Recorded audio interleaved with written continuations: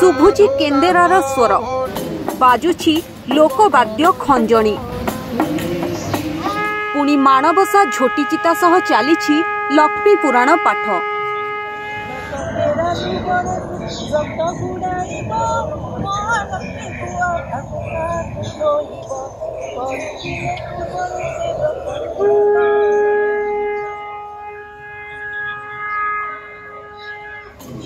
सबुठी ओडिया कला संस्कृतिर झलक विदेश रे रहुथिबा भारतीयों को ओडिया परंपरा और इतिहास संपर्क में सचेतन करुछि विभिन्न आकर्षणीय पाविलियन और प्रदर्शनी।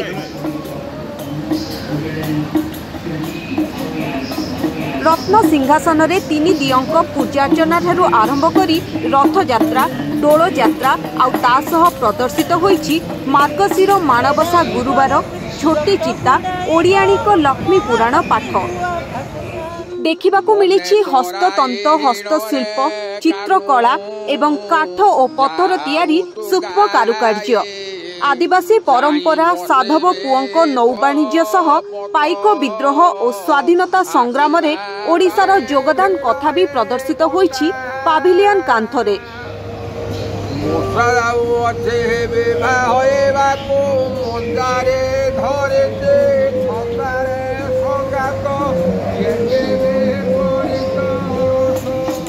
प्रथम थर पाई ओडिशा रे होईछि प्रवासी भारतीय सम्मेलन आ पूरा समारोह रे बासुछि ओडिया महक।